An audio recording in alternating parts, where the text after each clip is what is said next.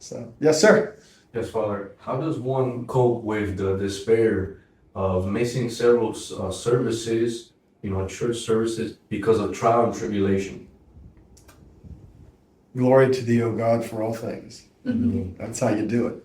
You learn to thank God for everything. Sometimes you miss a service because, I don't know, there's circumstances that rear up. Sometimes you miss a service because you were lazy, you overslept, because whatever reasons, for good or bad reasons, right? But whatever it is, it's something which will, yes? It's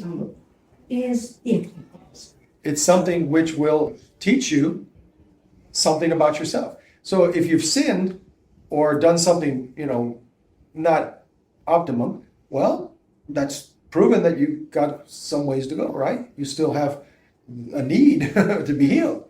And that's how I would cope with it. You say, glory to thee, O God, for all things. Maybe you set your alarm earlier. Maybe you change your lifestyle in some way as best you can. And if you don't, okay, my wife once had this occurrence over the course of time. And she would say to her confessor, I don't love God.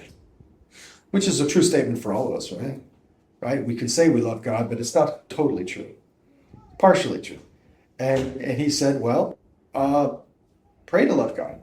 But then it was like, I'm a little afraid that loving God, things could happen, right? Because there's a little bit of a superstition. I love God. That means, if I really love God, maybe something terrible will happen to me. And then I still have to love God. And so there's sort of a superstition that the devil puts in our heart about this. So he said, well, then pray that you would desire to love God. And she wasn't even sure about that. So it ended up she was praying to desire to love God. I don't know how many desires there were. Right? And eventually, because of that prayer and the prayer of her spiritual father, she loves God. Now, not perfectly, but there's no longer all those intermediate pray to desire to love God. Now she's struggling to love God, loving God, and struggling more to love Him.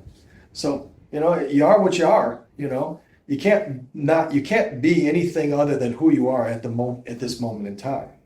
But if you do something, anything, even the smallest thing, then God magnifies that, right? That's it.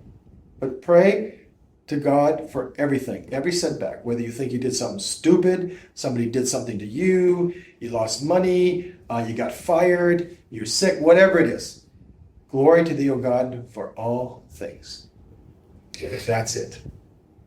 The more you pray that, the more powerful your life becomes. And you see things in perspective. That's what